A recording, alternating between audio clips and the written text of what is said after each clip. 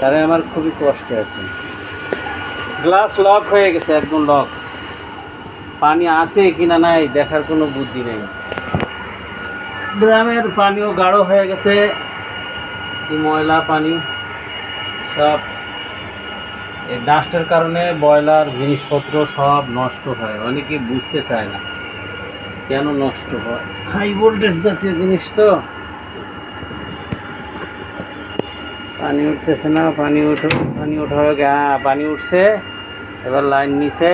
মাশাআল্লাহ, জাযাকাল্লাহ খাইর, অনেক সুন্দর, তাই না? দারুণ ব্রয়লার।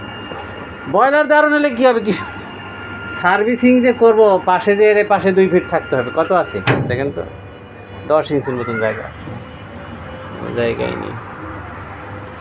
ধন্যবাদ ভিডিও দেখার জন্য। এখন এনার ব্রয়লার স্টার্ট হয়ে গেছে, ব্রয়লার চলবে, এম্পিয়ার মাপা হয়েছে।